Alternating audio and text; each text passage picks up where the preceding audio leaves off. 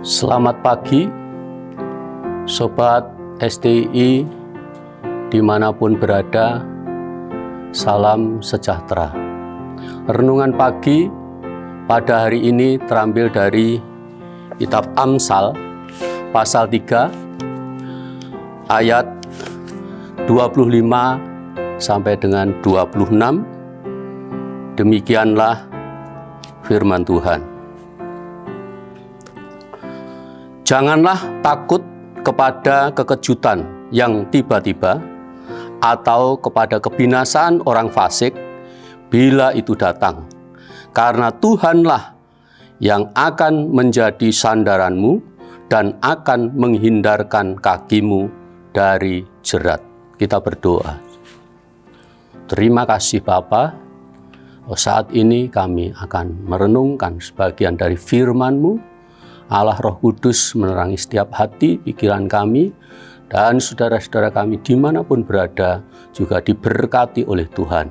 Dalam nama-Mu Tuhan Yesus Kristus kami berdoa. Amin. Judul renungan pagi pada hari ini, bersandarlah kepada Tuhan. Bersandarlah kepada Tuhan. Hidup seseorang memang memerlukan sesuatu yang diandalkan, atau dalam bahasa Jawanya diandelke. Demikian juga hidup orang Kristen butuh sesuatu yang dapat diandalkan. Saya ada pengalaman, anak saya 4. Saya teringat ketika masih kecil-kecil, dia sangat senang sekali untuk duduk di pangkuan bapaknya, kemudian bersandar sambil bercerita-cerita, dan dia sangat merasa nyaman dan senang. Apalagi ketika dari main, kemudian dinakali oleh teman-temannya, mereka cepat-cepat untuk minta dipangku oleh ayahnya, kemudian bersandar. Dan tidak lama kemudian anak kami tidur karena merasa nyaman dia bersandar di orang tuanya. Tuhan sandaran hidup. Kita juga membutuhkan sandaran di dalam hidup ini. Mengapa kita membutuhkan sandaran di dalam hidup? Alasan yang pertama, hidup ini menghadapi kekejutan seperti yang dikatakan dalam Amsal 3 pasal 25 tadi. Hidup ini menghadapi kekejutan. Memang ada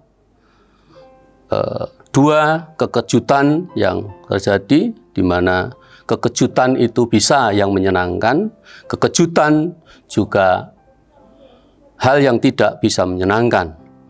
Tapi kekejutan yang dimaksud di sana adalah satu kejadian-kejadian, keadaan yang tidak kita inginkan, tidak menyenangkan, tetapi bisa terjadi di dalam kehidupan kita sebagai orang percaya.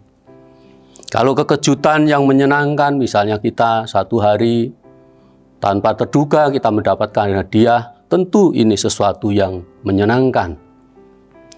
Tetapi dalam perjalanan kehidupan kita sebagai orang beriman, kita akan menghadapi banyak kekejutan-kekejutan yang terjadi. Hidup ini memang ingin ekonomi lancar, tetapi yang terjadi seringkali mengalami kekejutan, yaitu kesulitan ekonomi. Karena begitu banyak kebutuhan-kebutuhan yang harus dipenuhi, apalagi kalau hanya anaknya banyak seperti saya ini. Ada saatnya itu tidak kita inginkan, tetapi kita bisa menghadapi kekejutan, yaitu ekonomi kita bermasalah. Hidup ini pengen sehat, tetapi hal yang tidak kita inginkan terjadi. Sakit. Bahkan sakit yang terus-menerus satunya sudah sembuh, sakit lagi, bahkan komplikasi. Pengennya sehat, tetapi terjadi kekejutan, sakit yang sangat parah, dan itu bisa menimpa terhadap anak-anak Tuhan, bahkan hamba-hamba Tuhan. Juga dalam kehidupan rumah tangga, kita ingin harmonis. Tentu semuanya bercita-cita untuk hidup harmonis, sejahtera. Tetapi ternyata dalam perjalanan kehidupan rumah tangga terjadi masalah. Masalah dalam rumah tangga antara suami, istri, bisa terjadi antara orang tua dengan anak. Bahkan ada anak-anak Tuhan yang tidak bisa dipertahankan dalam rumah tangganya. Kekejutan terjadi. Itulah sebabnya Tuhan tempat untuk diandalkan sebagai sandaran kehidupan. Membutuhkan itu. Alasan yang kedua, mengapa kita membutuhkan sandaran hidup ini. Karena hidup menghadapi jerat. Dalam Amsal 3 ayat 26 tadi. Hidup menghadapi jerat. Saya ada lahan 5 hektar, kemudian saya tanami sengon. Setelah sengon itu besar-besar, setiap hari saya mengamati di lahan kami itu, tanaman sengon itu ada orang yang memasang jerat. Jerat burung-burung yang ada di situ. Dan suatu hari ketika ada burung yang terjerat, sungguh sangat menyedihkan sekali. Karena burung itu ketika kena pasangan jerat itu, maka burung itu tidak bisa lagi terbang, kemudian lengket di situ, dan bisa-bisa berujung pada kematian. Nah, saudara-saudara, di dalam kehidupan ini pun begitu banyak jerat, bagaikan jerat yang bisa menjerat kehidupan perjalanan iman kita. Jerat, ada banyak orang yang terjerat oleh utang piutang.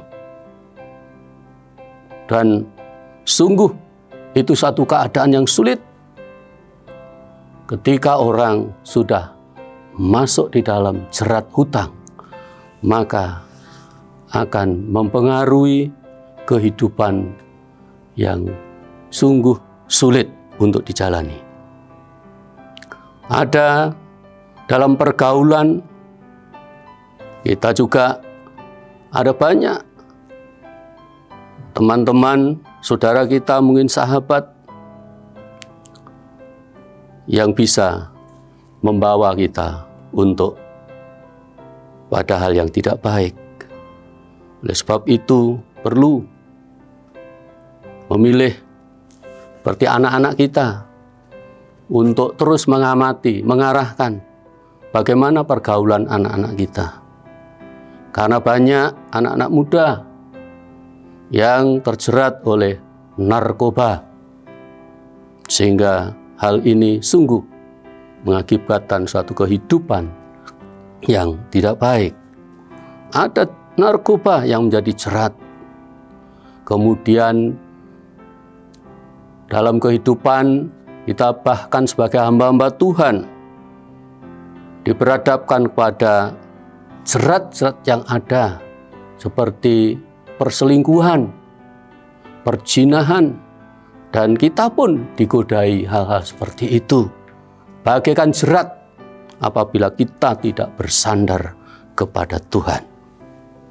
Dengan kemajuan teknologi, semuanya serba HP, ini pun bisa-bisa kalau kita tidak bijak untuk menggunakan HP, handphone ini, akan seperti jerat, karena tidak sedikit anak-anak yang terjerat oleh karena HP dengan game dan lain sebagainya. Sebab itu Tuhan tempat untuk bersandar. Orang yang bersandar kepada Tuhan, itu ciri-cirinya adalah dalam ayat 5 dan 8. Demikian akan saya baca. Percayalah kepada Tuhan dengan segenap hatimu, dan janganlah bersandar kepada pengertianmu sendiri. Akuilah Dia dalam segala lakumu, maka akan meluruskan jalanmu. Sehingga orang yang bersandar kepada Tuhan itu artinya kehidupannya tetap percaya Yesus, tidak mengandalkan diri sendiri, mengakui Tuhan dalam segala sesuatu, takut akan Tuhan, dan menjauhi kejahatan. Akibatnya orang yang bersandar kepada Tuhan dalam ayat 24. Jikalau engkau berbaring, engkau tidak akan berkejut, tetapi engkau akan berbaring dan tidur nyenyak. Artinya, orang yang bersandar kepada Tuhan ada ketenangan, ada kedamaian. Orang yang bersandar kepada Tuhan dimampukan untuk menghadapi kekejutan dan dihindarkan dari jerat oleh pertolongan Allah Roh Kudus. Tuhan memberkati. Amin.